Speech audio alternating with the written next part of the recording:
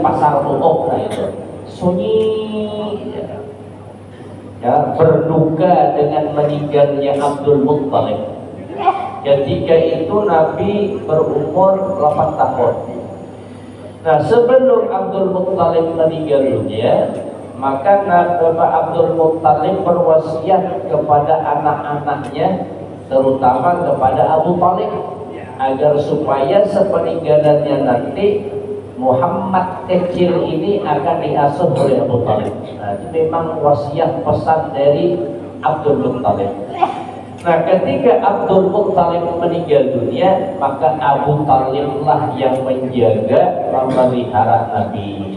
Abu Talib itu Pak gelar, julukan kalau bahasa kita panggilan Iyawan. Nama asli Abu Talib itu Abdul Manaf, namanya Abdul Manaf. Jadi pada tuannya di atas ada Abdul Manaf, sampai ke cucu masih ada lagi ngaran Abdul Manaf. Jadi Abu Talib pamannya Nabi, nama aslinya Abdul Manaf. Maka di Abu Talib inilah Nabi lama. Abu Talib lama mengasuh Nabi Sallallahu Alaihi Wasallam, menjaga Nabi. As-safaru ila Syam, perjalanan ke kota Syam. Walamma balagat sinnuhu alaihi salam musnatai asyarata sanah, manakala umur Nabi Sallallahu Alaihi Wasallam sudah mencapai 12 tahun, itu dalam asuhan Abu Talib. Arada ammuhu wa kafiluhu safara bitijaratin ila Syam. Maka ketika itu pamannya Nabi sekaligus pengasuh pemelihara Nabi, Abu Talib, itu hendak melakukan safar, perjalanan menuju Syam membawa barang dagangan. Bilok aja kita tuh. Nah, jadi Abu Talib hendak pergi ke Syam membawa barang-barang dagangan. Wasta'zama Rasul sallallahu alaihi wasallam firaqah. Maka hal itu membuat berat perasaan Nabi karena berpisah dengan paman.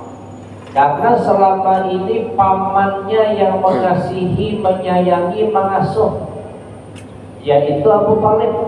Nah, rupanya Abu Talib hendak tulak jauh. Nabi dan tinggal di Mekah. Maka perpisahan itu amat berat dirasakan oleh Nabi. Faraqalahu wa akhadahu ma'ah.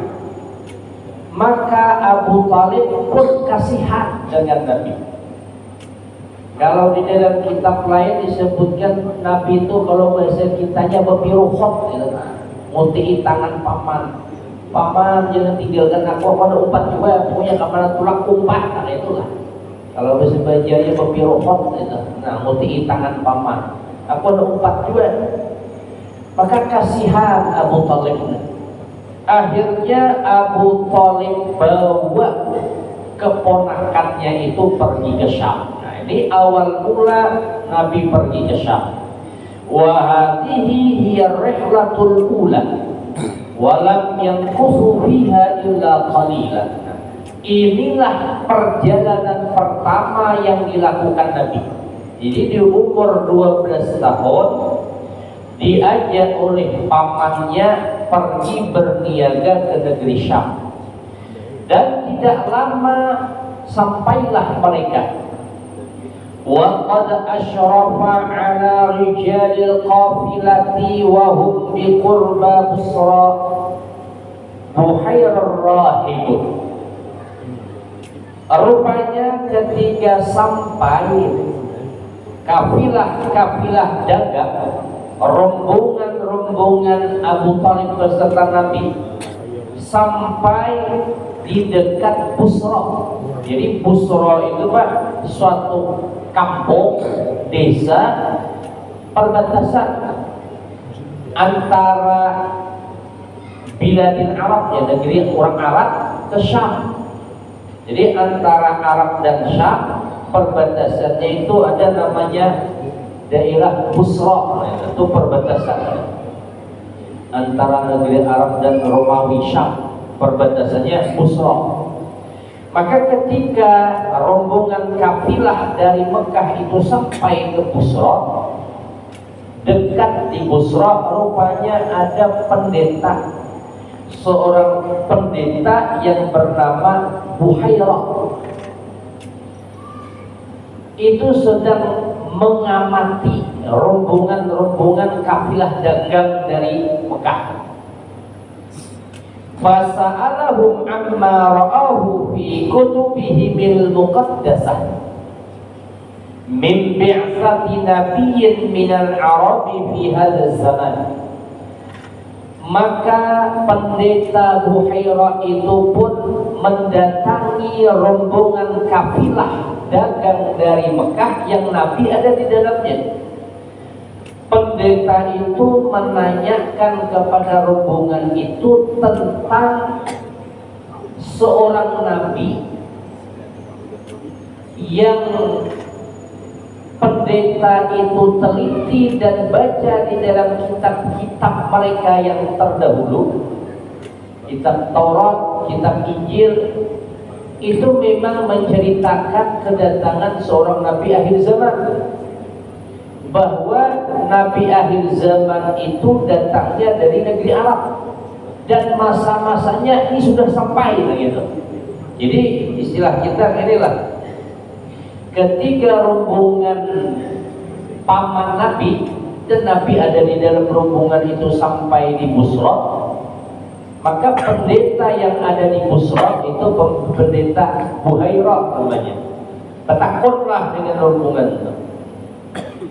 Biarnya kalau di dalam kitab-kitab kami, baik kitab Injil, kitab Taurat, itu diterangkan bahwa akan datang Nabi akhir zaman, dan Nabi akhir zaman itu dari keturunan orang Arab. Ini pendeta yang jujur, keturunan dari orang Arab, dan Nabi akhir zaman itu akan diutus. Ini masanya pas, di masa-masa sekarang ini sudah pas. Pendeta Buhairah itu menanyai dengan rombongan kafilah yang datang dari Mekah. Faqalu innahu lam yazhar lil an. Maka rombongan kafilah tadi pun menjawab, tidak, saja belum menjadi wajah kami atau tidak, Nabi belum. Nah itulah, innahu lam yazhar lil an. Sesungguhnya Nabi yang engkau ceritakan itu sampai saat ini belum nampak di tempat kami. Dia belum. Dan viral di wadah kami itu ada orang mengaku Nabi, dia belum. Itulah, andai kata pun ketika itu ada Nabi, pun orang Arab kada tahu lagi dengan Nabi. Kada tahunya di rombongan mereka itulah cikal bakal seorang Nabi akhir zaman itu ada. Nah, jadi di sini Syekh Muhammad Al-Hudari bikin ini singkat menjelaskan tentang perjalanan Nabi. Yang ketiga di Busra, pendeta rahib itu cuma menanyai tentang hal itu saja. Berbeda dengan kitab-kitab lainnya panjang lebar tentang cerita-cerita tanda-tanda Nabi akhir zaman. Nah, intinya bahwa pendeta itu menanyai kepada orang Arab, apakah sudah ada Nabi di wadahmu? Ujar orang-orang Arab, maka dia belum. Aku melihat, aku membaca di dalam kitab-kitab kami bahwa Nabi akhir zaman itu keturunan orang Arab, dan saat-saat ini sudah ada seharusnya. Ujar orang-orang Makkah, kalau tahu kami belum, itu yang jelas Nabi di wadah kami. Padahal di tengah-tengah mereka itu sudah ada. Nah, cuma belum diangkatnya itu Nabi Sallallahu Alaihi Wasallam. Wa hadhihi al-ibaratu katsiran ma kana yalhaju biha ahlul kitab min Yahuda wa Nasara qabla bi'tsatir Rasul. Nah, ungkapan-ungkapan seperti ini seringkali diucapkan oleh ahli kitab. ahli kitab itu orang Yahudi, orang Nasrani. Karena memang orang Yahudi dan Nasrani ini turun-temurun yang mendapatkan kitab dari Nabi mereka. Maka disebutlah ahli kitab. Sebelum Nabi diutus, ucapan tentang menunggu kedatangan Nabi, punya cerita tentang Nabi akhir zaman itu sudah sering diucapkan mereka. Itu sebelum Nabi diutus. Falamma ja'ahum ma 'arafu kafaru bih fala'natullahi 'alal kafirin. Dalam Al-Qur'an disebutkan, manakala telah datang apa yang sudah mereka ketahui, maksudnya itu Nabi akhir zaman, kafaru bih, mereka pun mengingkari. Fala'natullahi 'alal kafirin, maka laknat Allah lah atas orang-orang kafir. Jadi orang-orang Yahudi, orang-orang Nasrani sebelum Nabi diutus kuat menyambut tentang Nabi akhir zaman. Sekalinya Nabi akhir zaman diutus, inya nang ingkar, inya nang mendustakan. Itu Yahudi dan Nasrani. Kenapa mereka mendustakan? Karena mereka dengki. Mereka berharap Nabi akhir zaman itu keturunan rombongannya itu bangga. Rupanya keturunan dari bangsa Arab. Maka mereka pun mengingkari dengki, tidak mau mengakui Nabi akhir zaman. Harbul Hujjar, peperangan Hujjar. Ini ceritanya, maksudnya sebelum Nabi diutus di Mekah terjadi peperangan. Nah, peperangan itu disebut dengan perang Hujjar, dan Nabi termasuk di dalam peperangan itu ketika itu. Walamma balaghat sinnuhu alaihi salamu 20 sanah, manakala umur Nabi sudah mencapai 20 tahun, hadara harbul Hujjar, maka terjadilah peperangan yang perang itu dinamai dengan perang Hujjar. Wa hiya harbun kanat baina Kinanata wa ma'aha Quraisy wa baina Qais. Peperangan itu terjadi di antara dua kabilah, yaitu kabilah Kinanah dengan kabilah Qais. Cuman kabilah Kinanah ini bersama kabilah Quraisy. Jadi kabilah Kinanah bersama kabilah Quraisy, musuhnya kabilah Qais. Terjadi perang. Wasababuha, sebab terjadi peperangan, annahu kana li Nu'man ibn al-Mundhir malik al-Arab bil Hirah tijarah yursiluha kulla 'amin ila suqi Uqala li Tuba'.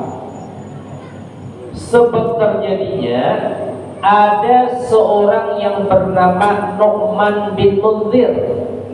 Nu'man bin Mundhir ini rajanya orang Arab yang ada di negeri Hirah.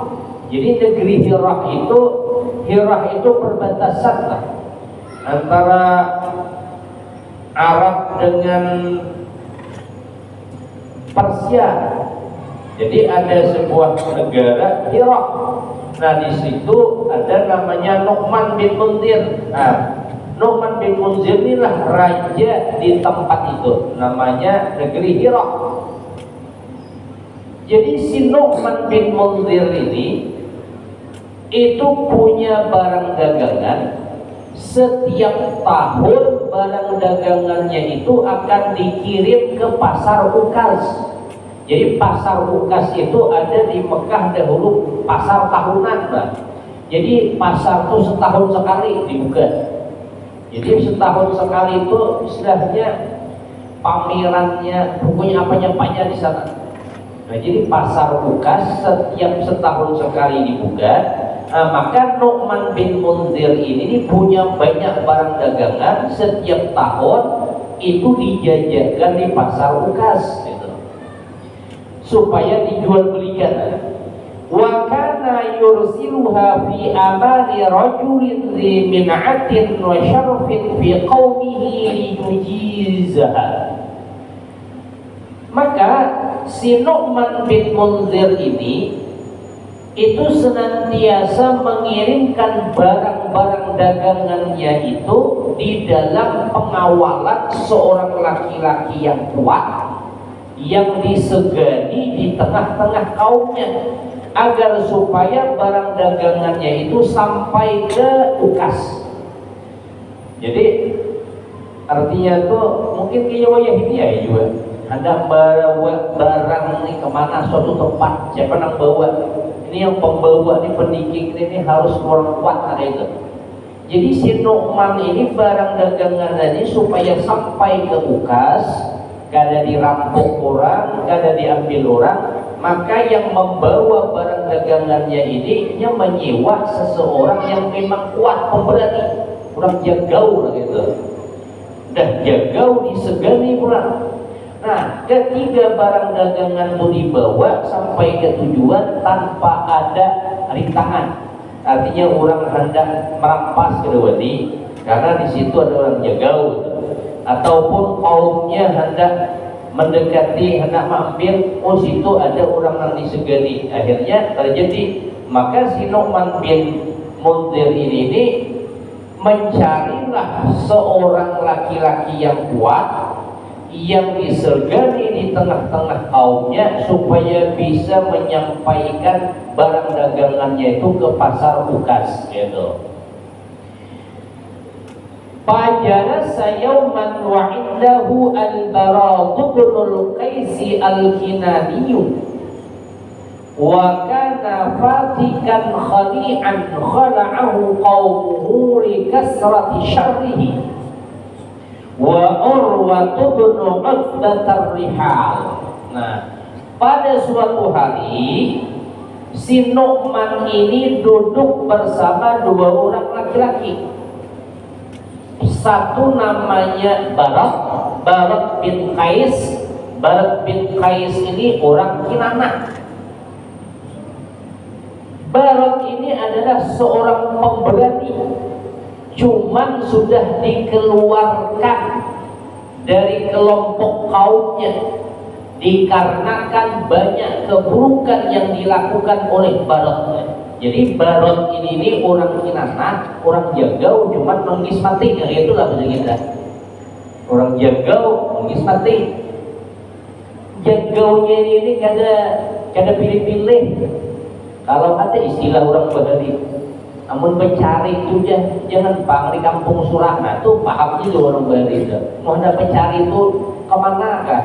Ini di kampung Surang dibantai juga. Ini si Barat ini kayak ini orangnya seorang pemberani, cuman sudah diusir di tengah-tengah kaumnya karena kebanyakan keburukan yang dilakukan. Mengismati juga. Kada tahu ampun kawan, ampun desa, ampun sekampung, hentamnya juga. Mau ada pencari ke kampung sebelah, itulah ini kada orang dihiga hentamnya juga. Nah, ini si Barat. Dan satu lagi ada yang bernama Urwah bin Uqbah.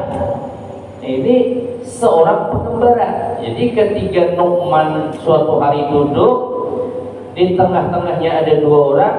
Satu namanya Barat, satu namanya Urwah. Si Barat ini centeng banget. Ini orang jagau, cuman akal agak hadap deh. Artinya tuh kada pilih. Kemudian ada Urwah. Ini Urwah ini pengembara. Maka faqal man yujizuni tijarati hadhihi hatta yublighaha ukaw. Ujar si Nu'man menyambat kepada si Barat dan Urwah. Nah, siapa di antara rombongan berdua siapa kira-kira yang sanggup membawa barang dagangan kuni aman sampai ke pasar ukas? Siapa kira di antara rombongan berdua siapa kira yang sanggup membawa barang dagangan kuni sampai ke pasar ukas? Faqala al-Barak ana ujizuha ala bani Kinanah. Maka si Barat tadi, orang Jagau tadi jawab, aku aja, aku akan membawa barang daganganmu, serahkan ke aku akan bawa barang daganganmu ini sampai ke Bani Kinanah, maksudnya di Mekah, Bani Kinanah. Faqalat Nu'man innama uridu man yujizuha 'ala nasi kullihim. Ujar si Nu'man, barang daganganku ini bukan sampai ke Bani Kinanah aja, tapi ke semua orang dijajakan, bukan ke suatu tempat sekelompok aja, tapi barang daganganku ini sampai ke Ukas, kemudian dijajakan, dibelikan, dijualkan kepada siapa saja, bukan tertentu ke Bani Kinanah, karena menjawab dari perkataan Barat. Faqala Urwah, serupanya si Urwah dihiga babandir, abaital la'n akalbun khali'un yujizuha lak, ana ujizuha ala ahli syaihi wal qaisumi min ahli najdin wa tihamah. Ujar si Urwah babandir menyahut, abaital la'n, semoga engkau hai Nu'man terhindar dari segala kehinaan. Kalau bahasa kitanya kayak inilah, ujar Urwah, jauhkan bala Nu'man naik, jauhkan bala. Apakah barang daganganmu itu akan engkau serahkan kepada seekor anjing yang sudah dipecat dari kaumnya, menyambet Barat tadi anjing, gitu kasar bahasanya. Akan bun khali'un yujizuha, apakah seekor anjing yang sudah dikeluarkan dari kaumnya yang itu akan menyampaikan barang daganganmu? Ana ujizuha, aku aja, usah nang itu tuh, aku aja yang membawa barang daganganmu, akan kubawa ke penduduk Kaisum dari penduduk Najd dan Tihamah. Najd itu di Makkah itu punya dataran tinggi, itu Najd. Kemudian ada orang-orang yang di dataran rendah, itu ngarannya Tihamah. Jadi Najd dan Tihamah. Ujar si Urwah, aku aja yang bawa barang dagangan motor. Pokoknya kada tunggal ke Bani Kinanah, punya kemana-mana sampai ke penduduk Najd dan penduduk Tihamah. Faqala al-Bara' awatujizuha ala Kinanata ya Urwah. Si Barat tadi jawab, kau sampaikankah juga barang si Nu'man ini, sampaikankah juga ke Bani Kinanah? Qal wa 'ala nasi kullihim. Si Urwah menjawab, pokoknya semua manusia aku sampaikan. Kalau bahasa kitanya biasanya lah kasar, usahakan manusia itu kan ada aku jajakan, nah itulah bahasa kitanya. Jadi si Urwah ini memang kasar nih bahasanya dengan Barat tadi. Wa asarraha fi nafsihi wa tarabbasa lahu hatta idza kharaja min tijarati qatalahu ghadra. Rupanya si Barat tadi sakit hati karena perkataan kasar dari Urwah tadi. Maka rasa sakit hati disembunyikan di dalam hatinya, hingga sampailah waktu ketika Urwah membawa barang dagangan Nu'man tadi. Nah, di tengah jalan Urwah ini dibunuh oleh Barat. Karena Barat tadi kan jagau, manggis mati juga tersinggungnya. Akhirnya di tengah jalan si Urwah dibunuh oleh Barat dengan licik. Jadi membunuhnya itu bukan dengan kejantanan, tapi diam-diam gitu. Pas mungkin sedang istirahat atau sedang berjalan, intinya si Urwah dibunuh oleh Barat dengan licik. Summa arsalu rasulan yukhbiru qaumahu Kinanata bil khabar.